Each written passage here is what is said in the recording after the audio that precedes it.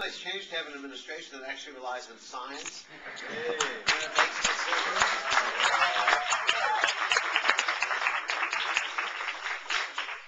Now that the EPA is free of political meddling, it's used the best scientific data available to issue a determination that greenhouse gas pollution is indeed covered under the Clean Air Act, a perfectly sensible decision. And indeed it should be.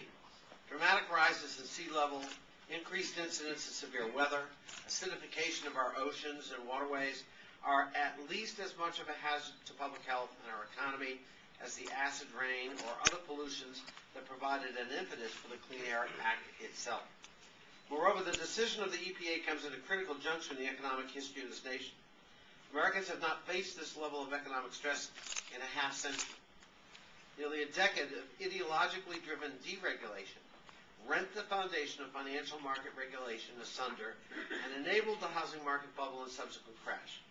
The same deregulators created an energy market that rewarded old, polluting technologies while increasing greenhouse gases and other kinds of pollution.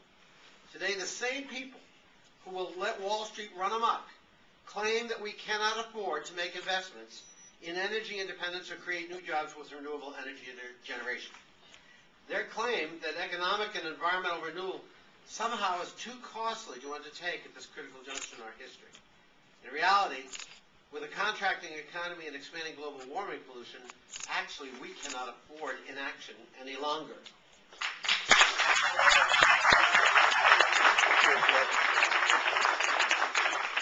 There are elements of the business community who understand this. Companies like eBay, Nike, Starbucks, Levi-Strauss, Gap, Cimatech, and others have formed the Business for Climate and Innovative Energy Policy Coalition, BICEP, to advocate for clean energy legislation that reduces greenhouse gas pollution, auctions 100% of pollution permits, establishes a renewable electricity standard, and invests in job creation.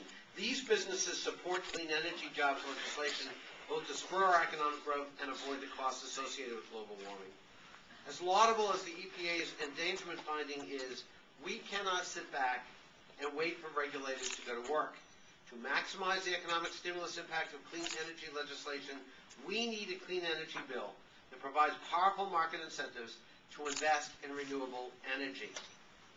Congress will have that opportunity later this year, and we cannot wait to act. Now's the time to pass legislation that spurs job creation, reduces greenhouse gas pollution, and puts money back in the pockets of the American consumer. Thank you very much.